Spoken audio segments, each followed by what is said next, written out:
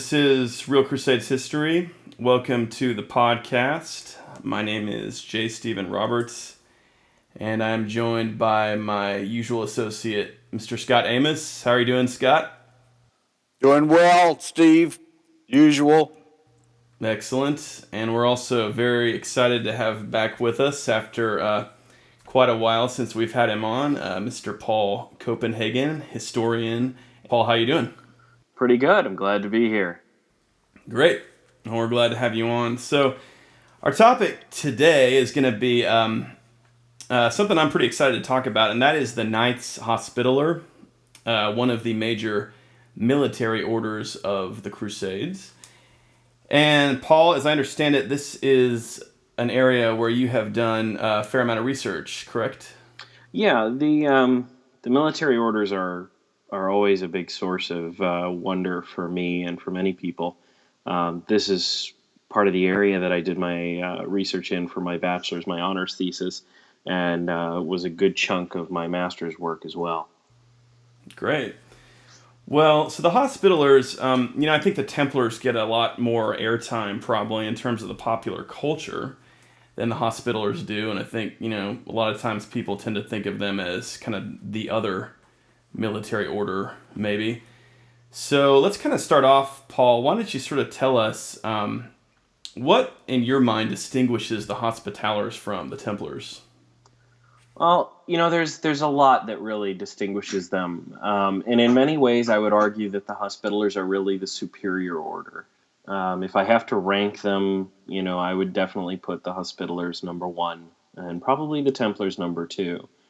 Probably the biggest thing that kind of distinguishes them is that the Hospitallers, they have their origins well before even the First Crusade. It's in 1048 that the church, some folks from the church, gain special permission from the Caliph of Egypt to build a hospital, a church, and a convent in Jerusalem. And it's later in 1113, after the First Crusades prosecuted, that Pope Paschal II grants recognition to the order that surrounds this hospital and this church and convent. So they develop first as a monastic order, and then they gain their knightly attributes after that First Crusade. Whereas the Templars do it the exact opposite way. They're knights who then take on a monastic tone, with Bernard of Clairvaux writing their rule. But these were monks who basically took up the sword, more or less. That's really interesting.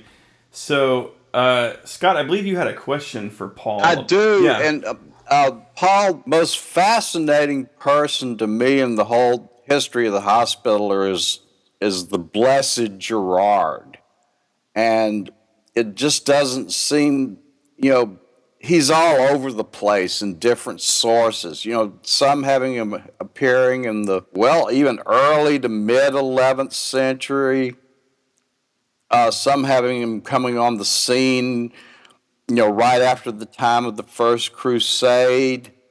Could you speak some about him? Sure. I admit hagiography is really not my forte, but he's one of these people that sort of comes into their own because of the Crusades.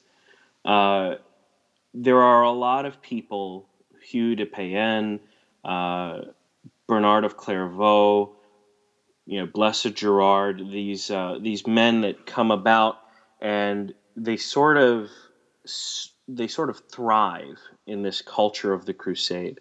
We don't know when he was born. We say it's somewhere around, the mid 11th century, but 1048 is the date that we have that the Supreme Military Order of Malta, which is the Knights Hospitaller today, that's the date that they give for him gaining the permission from the Caliph of Egypt. So he obviously is born before 1048. So then he was around at that time. Okay. Yep. So he was probably a middle-aged man at that time, my guess would be. I mean, middle-aged by medieval standards. Or at the very least, he was you know, in the age of majority. Right. I would say he was at the very least, in his, early to mid 20s. I mean, Right. we also have to remember, looking back in history, in our Middle Ages, people grew up faster. Right. They came into their majority at 14, 15, 16. Legal majority was typically 16. So when we look at our youth today and we say, oh my gosh, 20 something year olds are barely just kids and they're just getting out and into their world and getting established. Right. The 20 something year old in 12th century AD Europe was, if he was born to the right family, he was leading armies across Europe and Right. winning battles. Well, So I guess that was my point about Gerard. I mean, he was middle aged by Middle Ages. He might have been 30. So I'm just wondering if his background was a knightly background or an ecclesiastical background. Was he a trained physician? There's just a he lot of was, mysterious things about him. from what we know, he was a Benedictine. So he was a monk, Okay. who comes from Amalfi. Okay. And as per the times, you had the most educated class in the medieval period is going to be your clerics, your monastics. These are the people who have access to not only the education to learn to read and write, but they have access to all of those classical books that have been saved from the various plagues and destructions that have washed throughout Europe with the fall of the Roman Empire. So they also become the doctors. So yeah, he might have been a trained physician. He may very well have been a trained physician, and monasteries and churches alike very typically rendered medical assistance to a local community. And back then the concept of a doctor was not necessarily really that well defined as we have it today. So he may have been the equivalent of a trained physician. He may have gone out there with some brother monks and some sister nuns and decided to build this church, this small hospital, and his goal was just to provide care for the sick. Right. Which at the time, the Muslim rulers of the Holy Land at the time were fairly tolerant of that unarmed pilgrim being there. It wasn't until later on that the Seljuks take over and start really interfering with the pilgrim trade, and that's what kind of spawns that first crusade as one of the many reasons that spawns that first crusade. But mid 11th century, it was a relatively peaceful situation. It really was. And he goes there. He founds this hospital, this church, this convent in the name of Saint John, and that's when, after the First Crusade captures it, that's where this knightly group sets up their headquarters, while the Templars gain the site of the Second Temple of Solomon. They gain the site of the hospital, and they become known as the Knights of St. John of the Hospital. And their enduring mission, while the Templars were designed to protect the average pilgrim going to the Holy Land, the Hospitallers were designed not only to protect them, but to give them medical aid, to render health care to the local communities. So they almost have a more substantial and sedentary role, whereas the Templars seem to be about movement. They're interested in facilitating movement of young, fairly wealthy nobles from France, from the Holy Roman Empire, what is now Germany, and Central Europe, into the Holy Land. The Hospitallers are interested in building that community and serving that local community. They certainly have their commanderies, their priories and consistories that help to bring up bodies of knights to go and fight. But their mission is really to care for the people who may be left behind after that nobleman leaves. But there was a point when the Hospitallers became distinctly militarized as well. I mean, in addition to being an order of service. Absolutely. The Knights Hospitaller, their founding, if you want to call it a particular founding, with a particular date, comes in 1113. Okay. And that's with Pope Paschal II. He issues a bull, PA Postulatio Voluntatis, which basically recognizes them as their own independent military order. So they get Okay, recognized. that was They're part. recognized well before the Templars. Then. Yeah, the Templars order is founded in 1128. So the Hospitallers predate the Templars, even if we just consider from the point of a military standpoint, they predate the Templars by 15 years. There's a lot of information out there about the Hospitallers, and some said they came along. I mean, they were established. They were militarized after the Templars. If they weren't, they were militarized around 1140. I mean, it's just all over the place. And Paul is putting some precise dates here that are very helpful. Yeah, and that is really incredibly early when you think about in comparison to the Templars. So the Hospitallers were actually a knightly order 7 years before the Hospitallers were founded. I mean, before the Templars were founded. At the very least, yeah. Yeah. Okay. Yeah. So that clears up a lot. Yeah, they are. I will say this: they're so close that, historically speaking, they're contemporaries in their founding. The difference of 7 to 15 years is not a huge jump. Especially given the relative lack of speed in communication and deliberations and things like that. There was probably movement before this point in time to declare the Templars their own military order at about the same time that they would have been talking about making the Hospitallers their own military order. It's just a matter of who got the papal seal on their piece of parchment first.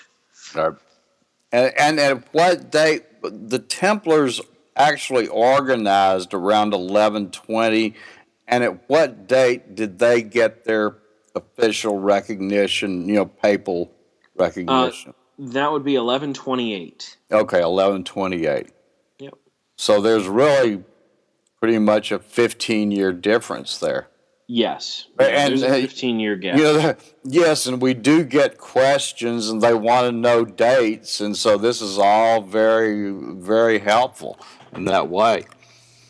Absolutely. So, okay, the interesting thing about this early period is, as far as I understand it, these two orders weren't that numerous. At some point, the Hospitallers and Templars are going to become major forces in the military of Outremer, but when we read Full Care of Chartres, whose chronicle ends in 1127, he covers the reigns of Baldwin I and Baldwin II. He doesn't even mention these two orders. So I guess at this point, Paul, early on these two orders were pretty, their numbers were pretty low, and then at some point they became enormous. So how did that change happen, and kind of at what point do you think the Hospitallers would have just been this major presence? I think honestly, the First Crusade is really what kind of drives these organizations into existence, and then what kind of vaults them into prominence. From existence to prominence is that huge jump that you're talking about, Stephen, and that jump from existence to prominence comes with the Second Crusade. Because what you've gotten is, in the First Crusade, it's otherwise known as the Prince's Crusade. You don't really have kings going on the First Crusade, because half of them were excommunicated at the time, and they were in various troubles with their own home countries and with the Pope, so they weren't exactly keen to listen to Urban II calling people out to go defend the Holy Land and defend the Eastern Roman Empire. What you have is the princes. You have these minor nobles that go forth and they go into the east. And with the Second Crusade, there's a book by Leo Brody. He's a professor of English, actually. Um, and his book, From Chivalry to Terrorism, War and the Changing Nature of Masculinity, makes a very interesting point that a lot of the men that would join the Templars and the Hospitallers in the Second Crusade are these second and third sons, these unlanded young men who would otherwise be marked for service in military service or uh, in religious life. And this blending of the religious and the military presents a very unique opportunity because not only can they fulfill their family obligations to become a member of the church or to become some sort of military figure within their own power structure, but they can also have a chance to escape from their birth. Before young men flocked to the New World with the colonization rush of the 15th and 16th centuries, before that happens, young men were really kind of tied to their order of birth. And if you were second or third son, you could really only hope for one. If you wanted to escape that circumstance, there was only one way out, and that was either to hope that your older siblings died Hmm. or make sure that they died. Uh, you know, the only reason Richard the First ever ascends the throne is because Henry the young king dies, his older brother. If Henry the young king hadn't died, we might never have had a King Richard, and we might never have had a King John either in England. Um, so this accident of birth for many of these young men provides for them a confined set of possibilities for their life, and the new military orders are gaining vast tracts of land because frankly the European population can't sustain, can't support, and can't defend what they've conquered in the first crusade. They can't do it by themselves, so they give away land and titles and money to the church in order to kind of build up an interest in defending and servicing these lands and turning them into prosperous areas. And the church is always willing to accept young men into service and say, hey, we're going to send you over here and you're going to do great things for us. So it became a wonderful opportunity. A young man who has no real prospects in, the Duchy of Berry in France could leave his home, ride down to Marseille or to Genoa, take a ship east to the Holy Land, and join up with the Hospitallers there or the Templars. And if he plays his cards right, he could be a lieutenant, he could be a local master or leader of a consistory. He could wind up eventually becoming a grandmaster. And it's a really interesting thing to see that these men will escape from their circumstances of their birth, and that's what I think drives this ascent into prominence. Is these young people who are seeking an opportunity can gain it, because where in the West you have military organization is really dependent upon rank. It's dependent upon that birth. Whereas in the military orders, I think because of their monastic influence, because the monastic culture that arises out of Cluny and some of these other monastic reforms, it sort of emphasizes a meritocracy. When abbots and things like that are elected internally by their own monks, that sort of transitions into these monastic orders, these military orders that come forth and become the Templars and the Hospitallers.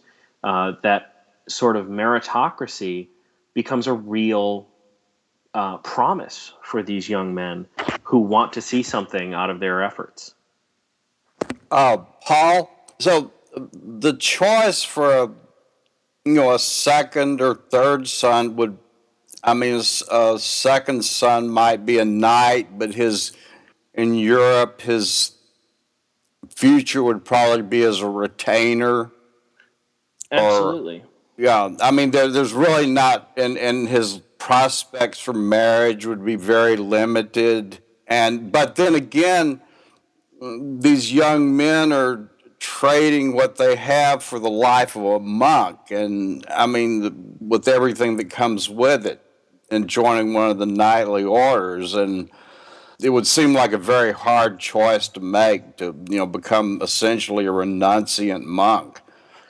And to many, they kind of looked at it, and I'm sure they probably did. They kind of looked at it as a choice of, okay, I can stay here and I can be a retainer. My father will, most likely as part of a political alliance, that second or third son is going to be shuffled off to some minor baron or something like Right. that. Or, in the worst case, they're exchanged as hostages. Mm. That's how several prominent figures like Piers Gaveston, for example, with Edward II. Um, Piers Gaveston was a second son or a minor son of a minor knight in France, whose loyalty Edward I of England wanted to secure. Piers was just a hostage. So Piers is traded off, and Edward I, of course, guarantees his safety, his education, stuff like that. And that's how he becomes friends and close to Edward II. A minor son doesn't really have many options. They're not going to inherit the length and breadth of their father's estate. They might be lucky to get, if their father holds multiple titles, like a duke or a king that has managed to collect multiple titles, and the king can divest some things, or that duke can divest a couple of his titles, he might be lucky to get one of those. But by and large, he's not going to inherit really anything. So he has nothing. Would his prospects for marriage be very limited as a consequence? Very likely. Men wanted for their daughters, they wanted to arrange the best possible marriage. Right. They wanted to arrange the wealthiest men, the men with the most prospects. So a second or third son is going to be about as low on the list as a third or a fourth daughter. But then again, Just those third because, or fourth daughters had to be married to somebody too, right? That's right. and many of them, by the time you get through paying for the dowry of a daughter, by the time you're down to that third or fourth daughter, it gets pretty expensive for daddy to pay the dowry all the time. And daddy paying the dowry for the daughter, sometimes it was easier to shuffle them off to a convent, because the convents, as a bride of Christ, would accept a much, much lower dowry than, So you're than any of the others. you're saying that a substantial dowry was always a requisite. Is that a It point you're was making? it was typically something that you wanted to have if you wanted to arrange a good marriage. Yeah. But that didn't mean these guys wouldn't have women. I mean, you could have a Yeah. Oh, concubine, or absolutely. you could easily have like a long-term female companion. She just wouldn't be a She wife. wouldn't be She your might even wife. bear you children. Like Yeah. Richard the Lionheart had a bastard son that. So that, I Absolutely. guess that gets back to the whole point I'm making, that even the second or third son with limited prospects still had was still a nobleman and still had many more opportunities than those of the lower classes, and could conceivably Sure. marry and live a comfortable life as a retainer, or have a mistress, or and here they're exchanging this for this extremely austere and rigid life of a monk, along with the already pretty tough life of a knight. But we also have to remember, when we think of a monk today, we think of that rigid and austere life. But back then, monasteries and churches were landowners. Yeah. Right. They were collecting rents from all of the peasants. So yeah, that's where the wealth of the bishops and the abbots and whatnot comes in. So if you were a second or third son and you weren't likely to inherit much, I mean, even being a retainer, you're probably not going to you're probably going to have an allowance Mm-hmm. rather than collecting rents. If you are, however, exchanging that world for the role of a knight, of a Knight Hospitaller or a Knight Templar, you have the opportunity to gain glories in battle and summarily to potentially increase your rank. And when you increase your rank in these orders, oh well, we need this area over here fortified, and we're going to give you 100 men at arms. So you're going to be the new knight commander of this little chunk of our new territory. And Like a by the cat. way, all of these surrounding lands that are farmlands and stuff like that are going to have to pay their rents to you. Yeah. So suddenly, these second and third sons that would go from owning nothing can give up what little they have. They do have some good opportunities, don't get me wrong, but compared to the prospect of becoming landowners and nobles in their own right through merit, it's sometimes a very great draw.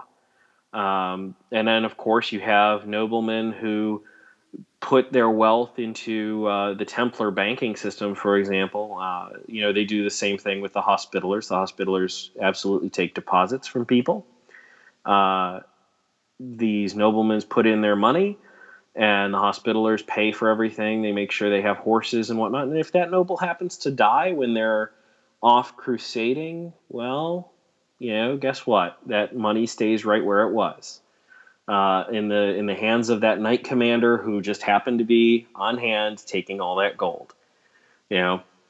So plus, one of the great things about the Hospitallers, and this might be a little bit of a transition, but the Hospitallers are one of the orders that actually come up with their own navy.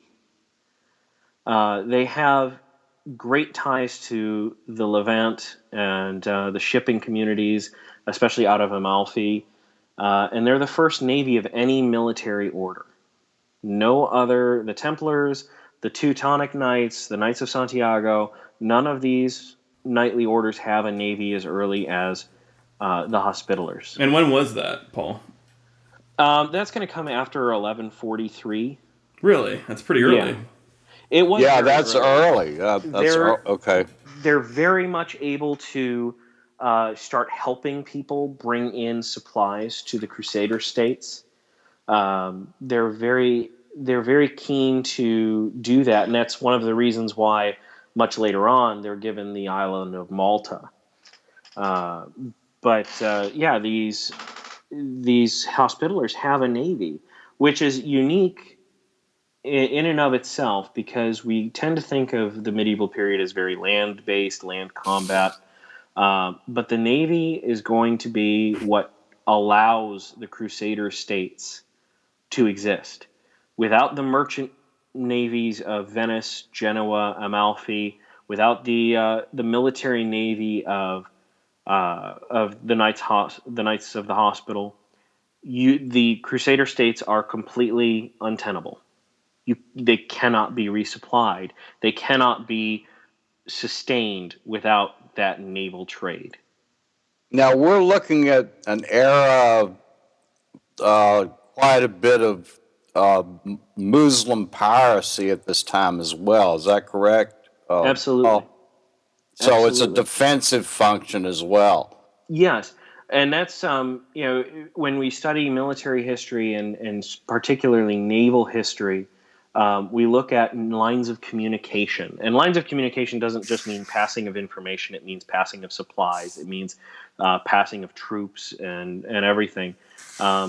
You have to, going by ship is much easier than going by land, especially traveling through what at times can be a very hostile Byzantine Empire. And much later, of course, is slowly eaten up, especially once you get into what is modern day Turkey. So those shipping lines become extremely important. That's your bread and butter, and that's I would argue to people who look at Venice and Genoa and say, well, where did these merchant republics come up? Those merchant republics came into their own precisely because of the trade of goods from the Levant. From the Holy Land going back to Venice and Genoa, that's where they made their money. That's why they were in such a good position in the Renaissance after the end of the Middle Ages to start dictating policy, even though they are punching well above their weight. So, Paul, I know you mentioned earlier that you felt that the Hospitallers were the superior order to the Templars, which is kind of an interesting comment. In terms of the Hospitallers' military effectiveness, how do you think they compare to the Templars? They're actually very similar. I would say that in military effectiveness, they're very, very close. They certainly have their shares of wins and losses. The Hospitallers are good, solid knights all around, just like the Templars. There's nothing really that distinguishes them militarily necessarily. It's really their organization that does it. They're very good bookkeepers. They're very good lenders. They're very good physicians. And I think that really is kind of what helps them survive the purge that eventually comes for the Templars. Um, with the Templars, their whole raison d'être was to secure passage from the west to the east. It was to secure passage to the Holy Land. Well, after 1291, there is no Holy Land.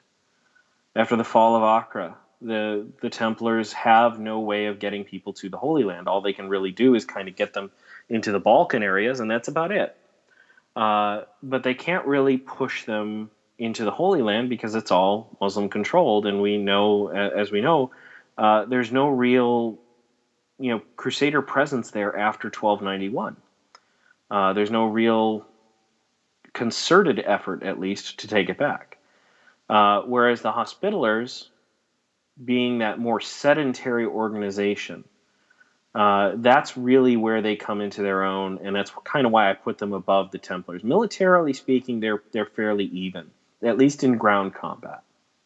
I would give the edge to the Hospitallers in terms of recognizing the necessity of having a navy, especially in an era when navies were at the very best a secondary or tertiary concern. Very few nations really recognized the need for a navy or any sort of naval force. Ships were for merchants, by and large, especially in the West. In the East, you get a little bit more of that shipping in terms of militarization of ships, and I kind of attribute that to the Greek tradition of warships. Uh, but in the West, the Hospitallers really gain the edge in terms of having that navy and in terms of their organizational structure because their organization is based upon the communities where they are. So if they lose, for example, a very large chunk of territory out of their reach, it doesn't necessarily mean that the hospital stops working and their entire network is destroyed. The Templars lose a chunk of the Holy Land, and suddenly they can no longer guarantee safety to that area.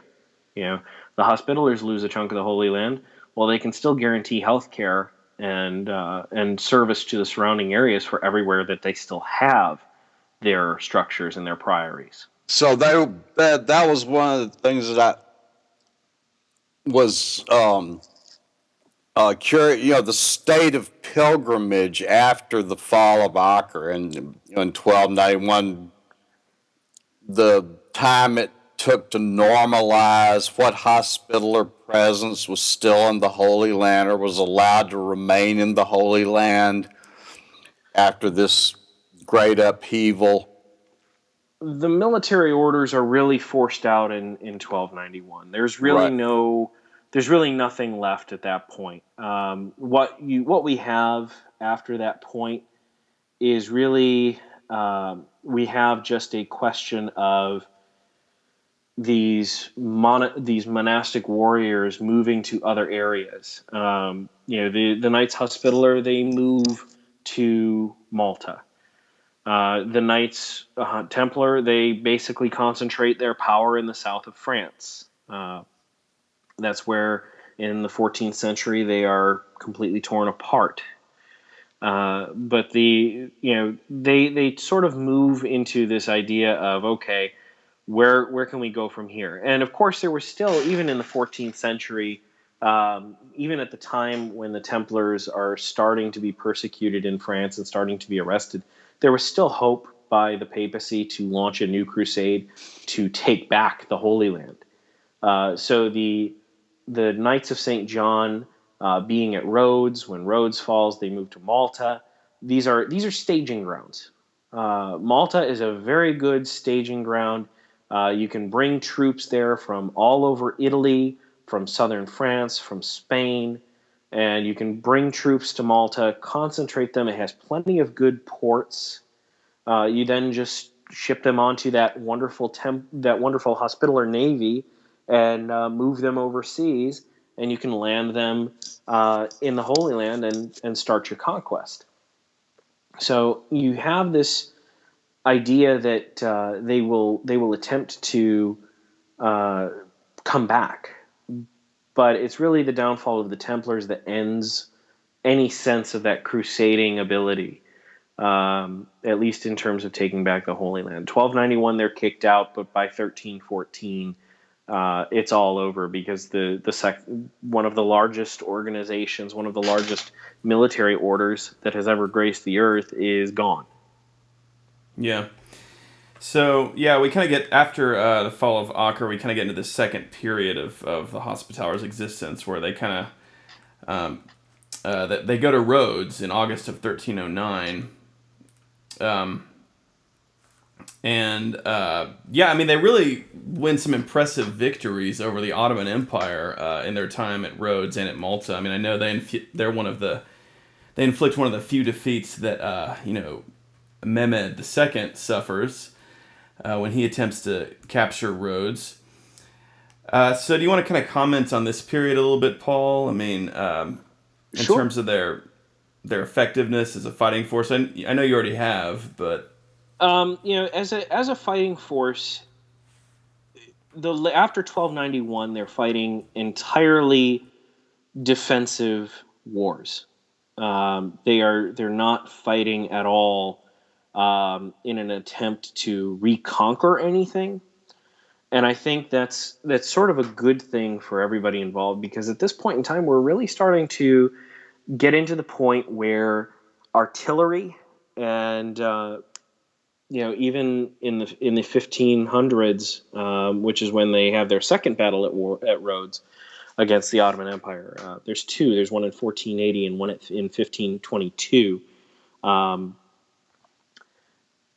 the the Knights Hospitaller are really starting to kind of go the way of the dinosaur in terms of military effectiveness on land as a conquering force. As a defensive force, however, I would argue that their devotion to God in this monastic knightly order, especially against the traditional enemies of the Holy Land, these Turks that are moving in, that have, by the 1450s, they've taken Constantinople. They've turned one of the largest churches on earth, the Hagia Sophia, into a mosque. Okay, these are devastating blows to the Christian psyche in the West. It's just as devastating as if they had won the Battle of Tours. So you have these people trying to force their way into Rhodes, and the Hospitallers are exceedingly outmatched in terms of sheer numerical order. But you have one thing in common between Rhodes and in Malta. You have an island, and on this island you've got concentrated fortresses filled with knights, and they're designed to outlast a siege. And you have the attacking armies of the Ottomans that are going to come in ships. They're tired. They have been at sea for too long. Their supplies are already stretched, because at this point in time, navigation, while it's certainly effective, uh, ships are blown off course. You lose ships. You can start out with 100 ships going from ports outside of the outside of the Gaza Strip area, and you can leave and sail to Rhodes, and you can still lose 5 or 10 ships out of that initial 100, just because of storms, because of sailing off course, things like that. Human error takes its toll. So you have attrition on the way to these islands, and then once they get to these islands, they have to lay siege. And these uh, tiny garrisons are able to withstand massive attacks by the Ottoman Empire just by, if nothing else, sheer stubbornness. They weren't going to. They were going to die, or they were going to be victorious. And the Ottoman Empire's armies were never really professional until much later. They were very much medieval in the sense that they gathered up a bunch of serfs and tried to throw them at the walls. The Ottoman Empire never lacked for manpower. Russia, early modern Russia and the early on modern Ottoman Empire both have the same strengths. They have a plethora of young peasant boys that they can just launch at a wall and just hope to God that after a while the defenders will get tired of defending and flee the walls. And these Knights Hospitaller aren't going to have any of it. They have no problem butchering wave after wave after wave, thousands and thousands of these Ottoman soldiers. Yeah, And we might. the casualty Oh, figures for these sieges that the knights that the Hospitallers, engaged, well, defended, are really astounding. I mean, just tens of thousands of Ottoman troops would just be slaughtered, and just a Yeah, few thousand Hospitallers would be the ones doing it. It's amazing. absolutely. And we're talking, the estimates, in the later Battle of Rhodes, the second Siege of Rhodes in 1522, there's the casualty figures are something like 3 to 1. For every one Knight Hospitaller or member of the Order or their allies that dies, 3 Ottomans die. The Ottoman Empire, loses 20 some odd thousand men. I mean, that's a staggering figure to our minds today. I mean, maybe in certain times of history it might not have been very staggering at all, but to them, even losing 20,000 men is a pretty significant portion of your army, at least significant enough for you to sit there and say, "Hey, is this going to actually work, or should we just kind of call it off?" now, Paul, we might note here that we've also entered the age of gunpowder at this point, Absolutely. And and as and Go ahead. the Hospitallers had defensive cannon by this time. Is this correct? Yeah. Even earlier, in the 1400s, you have kingdoms able to field artillery. There's certainly cannon in the early 1400s in France during the Hundred Years' War. There's certainly cannon in Spain when the Spaniards are just finishing their Reconquista, which ends in 1492. You have the Age of Exploration heading west. And those ships certainly have cannon on them when they are heading to the west. I mean, By could the we siege, Go ahead. go ahead? Oh, could we say that by this period that uh, gunpowder weapons had supplanted the earlier heavy artillery, the trebuchets, mangonels, catapult, this type of thing? Absolutely. They're more compact and they are much more reliable in terms of being able to transport them, being able to service them, and being able to, if something goes wrong, they're easy to cast a brand new one. So It's we're much at that. easier to cast a cannon than it is to build a trebuchet. We've gone beyond the era of pieces of wood bound together by. I mean, we're in an age of more advanced technology of cannon and gunpowder weapons at this point. Correct. Okay. Absolutely. Okay. And one of the things that I would point out with that is this is where we start to see the decline of heavy cavalry. Um, we have very, very early matchlock weapons. Arquebusiers are able to be fielded at this point in time by 1522 at the second siege of Rhodes. This is where we can see this is the era where we could see this. And in the fields of France and in Spain, we're starting to get pike and shot formations, which are able to neutralize these heavy cavalry charges that would just absolutely devastate an infantry line. So we're moving away from the era of heavy cavalry and into the age of the infantry once more. Now, Go ahead. pike and shot, you're referring to a force of say, arquebusiers and pikemen working in concert, correct? Correct. Yeah. The pike. I mean, the rate of fire was, pretty slow. Absolutely. And At the highlight of one of the most commonly agreed upon most effective muskets, not smooth bore weapons, is going to be Brown Bess, and you're talking about British soldiers in the 18th century being able to load and fire 3 to 4 shots a minute. An arquebusier at this point in time with a matchlock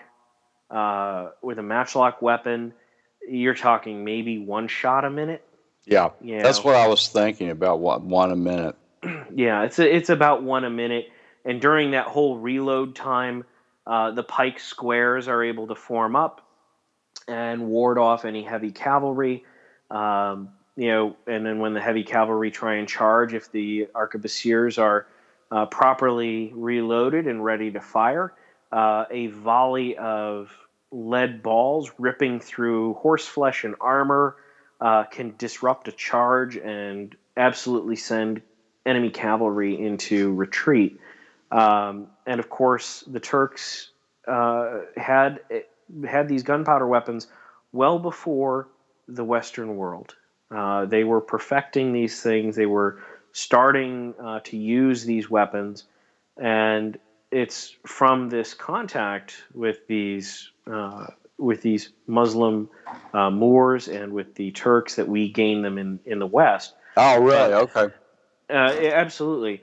I mean, technology and things like that certainly filter back, but this black powder weaponry revolution really brings about sort of that end of the knight on horseback, and that's why the Knights Hospitaller fare very well in their siege defenses. So then they use both cannon and hand guns. Is that correct? Very likely, the Ottomans would have at least deployed some hand cannonry, or But not the the arquebusiers. not the Um, not they're the not. Knights Hospitaller. That I do not know. To be perfectly honest, we're told about archers more than anything else. Yeah. So they're more likely to be using crossbows and just regular bows. Certainly, bows and arrows have not gone out of style at this point in time. It's very easy to use a bow and arrow. It's very easy to use and reload a crossbow. Using and reloading a 15th, early 16th century, late 15th century arquebus to do it safely and effectively is an extremely difficult process, and more often than not, it can go wrong. Yeah. It's just the nature of the beast. Firearms are still very much in their infancy. Well, they're crude, subject to fouling and misfiring, and Absolutely. but extremely effective if fired. I mean, I've done a little black powder shooting, and it made me realize how effective these weapons were when they worked. Absolutely. They're very effective when they are working properly, and they're very effectively when working properly and employed en masse.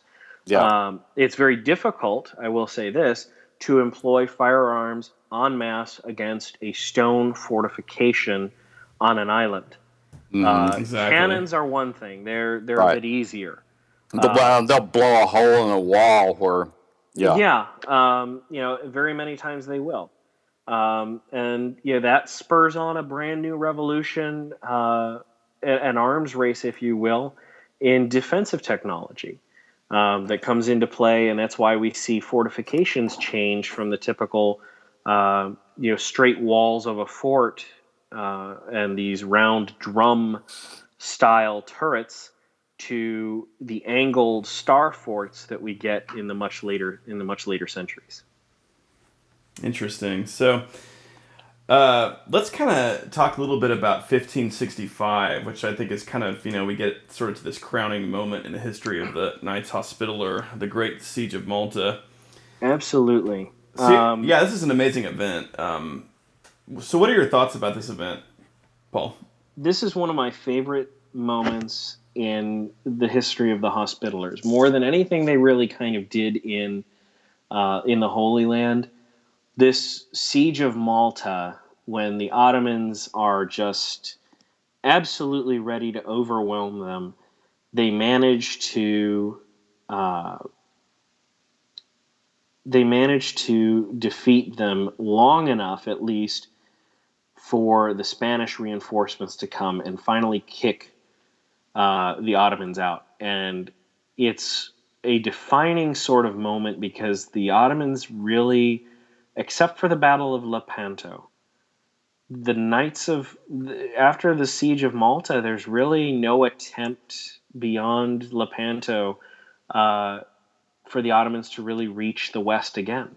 That's the mid 1500s is when we see everything from the Siege of Vienna.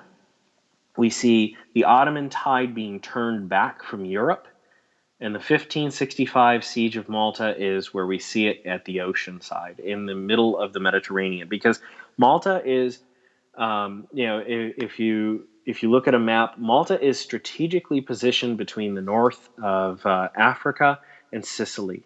It's this tiny little island, but unless you have the ability to cut off supplies to an island and maintain a military presence in the nearby area, you can't ignore an island of your enemies behind you and just keep sailing on.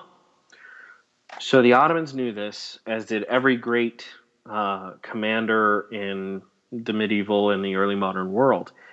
So they know that if they're going to open up that soft underbelly of eastern Spain, southern France, and northern Italy, they know that if they're going to invade via these areas of the soft underbelly of Europe, that they're going to have to do it by taking out Malta and probably Sicily first.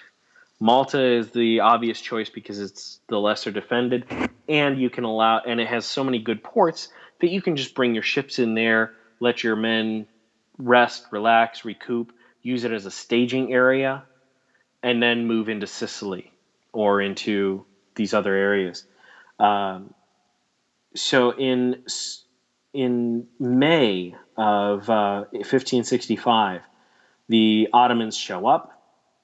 They are armed to the teeth, and the Knights Hospitaller have well outlived their crusading glory days.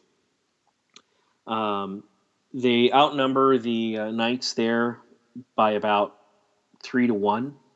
But as we've seen, from those casualty reports earlier on, a 3 or even 4-1 odds, it really doesn't matter to the Hospitallers. They're going to stick there and they're going to fight it out, and they do.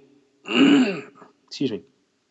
They take heavy casualties, but on September 11th of 1565, just about 3 months or so after the initial siege starts, they finally just say, nope, we've had enough. And the Ottomans, they back off after losing over 10,000 soldiers to this. With the Spanish on the horizon, the Spaniards are not keen to let the Maltese down. They're not keen to let the Ottomans gain any sort of purchase in Italy. At this point in time, of course, Spain actually owns, through various marriages and whatnot, the Kingdom of Naples in southern Italy. They have great ties to Italy, so they're not keen to see Ottoman Turks. So shortly after they had just kicked out the Moors, they're not keen to replace one Muslim group with another. So they're not interested in seeing Naples. They're not interested in seeing Genoa uh, or any of eastern Spain fall to these Ottoman Turks. So they arrive with with reinforcements and are eventually able to drive them off.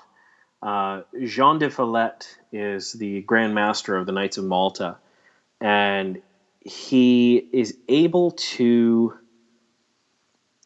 inspire his men that he's able to push them beyond really the limits of their endurance. A 3-month siege is a fairly long siege, especially in an age when we don't really have preservatives other than to say pickle things or put them in salt. So a 3-month siege is fairly harsh, but after this siege ends, one of the great things that kind of happens out of this is donations start to pour into Malta. The military order at this point kind of sees a little bit of a resurgence in their importance, because everybody in Europe has kind of realized, hey, these guys are really what blunted that Ottoman threat to France, Spain, and Italy. We owe these guys. And they start to make sure that they know that, Europe knows that the Knights of Malta did something very, very great there. It's some of the greatest stuff that the Knights of Malta are ever able to pull off. Yeah, and as you said, I mean, I think it was a crucial moment too, because if Malta had fallen at that point, history could have easily gone a very different direction. So yeah, I guess with that, gentlemen, we kind of come to the end of our podcast. Unless do the two of you have anything else to add before we close? No, I think we've covered it really well. Many questions answered, Paul. Absolutely, I'm always happy to do this. It's one of my favorite topics, so I don't get to talk about it too much. But when I do, I tend to be a little wordy. But I want to thank you That's guys for letting fine. me do that. Yeah, that's what we're looking for with the podcast. Really. Yeah, I know. Quite a while back, Paul, the first time we had you on, we did a podcast about the Templars, and I think at the end we said, "Hey, well, we should do one about the Hospitallers." So I'm glad we're finally getting around to that and getting that done. Absolutely. So yeah, great topic, and we will definitely be having you on again, Paul, to do some more podcasts.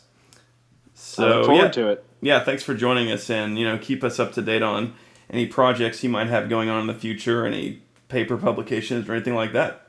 Will do. Paul, nice to talk to you. All Good right. to talk to you, Scott. Thank you, Stephen, and we'll see you later.